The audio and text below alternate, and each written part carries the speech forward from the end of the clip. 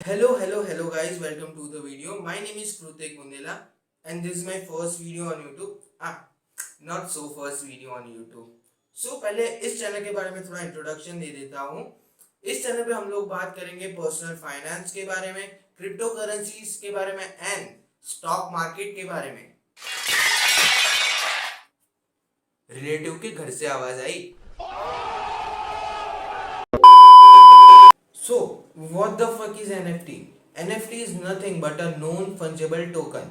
Non-fungible को समझने से पहले let's understand what is fungible.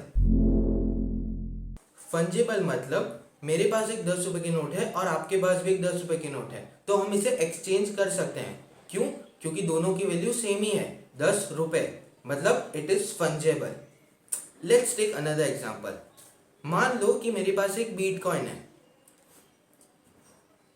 काश होता।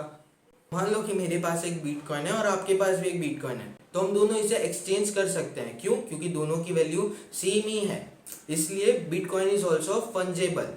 Now let's understand what is non fungible. Imagine कि मेरे पास एक बैट है और आपके पास भी सेम वही बैट है, सो इट इज फंजेबल। लेकिन अगर मैं इसमें यह ऐड करूं कि मेरी बैट पे MS धोनी का सिग्नेचर है, now it is 10x rare.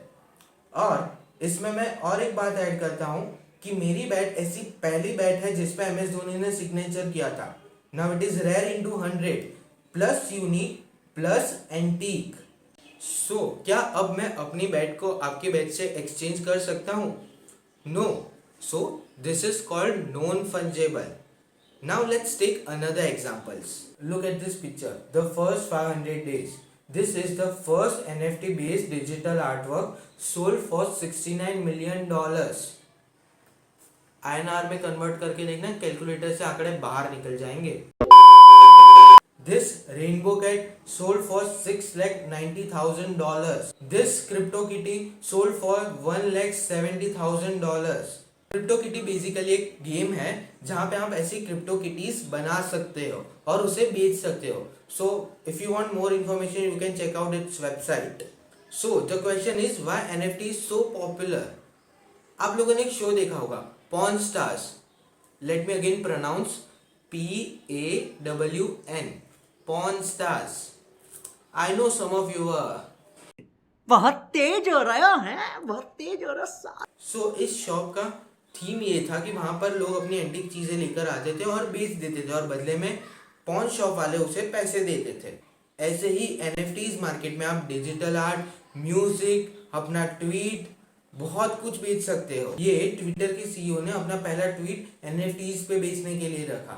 हाल ही में एलन मस्क ने भी एक सॉन्ग NFT मार्केट में बेचने के लिए रखा था।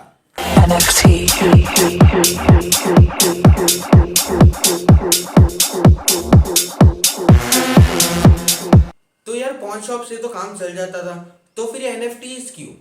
मान लो कि मैंने कोई डिजिटल आर्ट खरीदा है, तो मुझे उस डिजिटल आर्ट के साथ एक डिजिटल सर्टिफिकेट भी मिलेगा, secure with blockchain technology which makes me the owner of the digital art.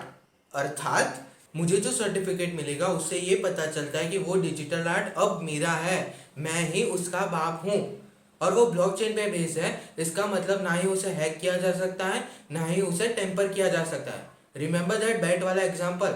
अगर मैं वही बैट आपके पास बेचने के लिए आऊँ तो आप तो ये बोलोगे कि भाई हम कैसे मान लें कि ये वही बैट है जिस पे धोनी ने पहली बार सिग्नेचर किया था। हाँ, अगर धोनी यहाँ के बोल जाता है तो हम मान लेंगे और इस बैट को खरीद भी लेंगे। तो यार धोनी के पास तो उतना टाइम है नहीं कि वो सबको बताता फिर कि हाँ यार ये कृति के पास वही बैट है जिसके ऊपर मैंने पहली बार साइन की थी। लेकिन अगर यही चीज NFTs के थ्रू हुई होती तो मेरे पास एक डिजिटल सर्टिफिकेट होता जिससे इसकी रियलिटी चेक करने के लिए मुझे किसी के पास जाना नहीं पड़ता। और it is like an e-commerce market similar to Amazon।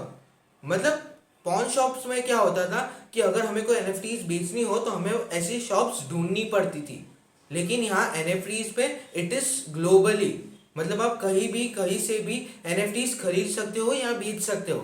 These are some sites जहाँ पे आप NFTs बेच सकते हो या खरीद सकते हो, या फिर आप NFT बना भी सकते हो। अब आप ये कहोगे कि यार ये ऐसे डिजिटल आर्ट कौन लेगा, कलयुग चल रहा है भाई, कुछ भी हो सकता है।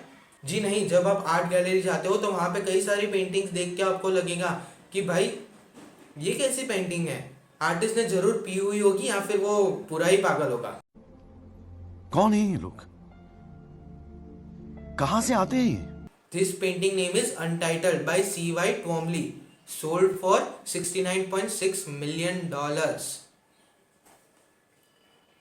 यार ऐसे तो मैं हर रोज स्कूल में करता था, कभी बेचने का ख्याल नहीं आया। देखा आपने लापरवाही का नतीजा है। तो यार क्रिप्टो मार्केट में बहुत सारे NFTs टोकन है जिनके ऊपर आप इन्वेस्ट कर सकते हो, but for me NFT is a short term bubble and a long term trend.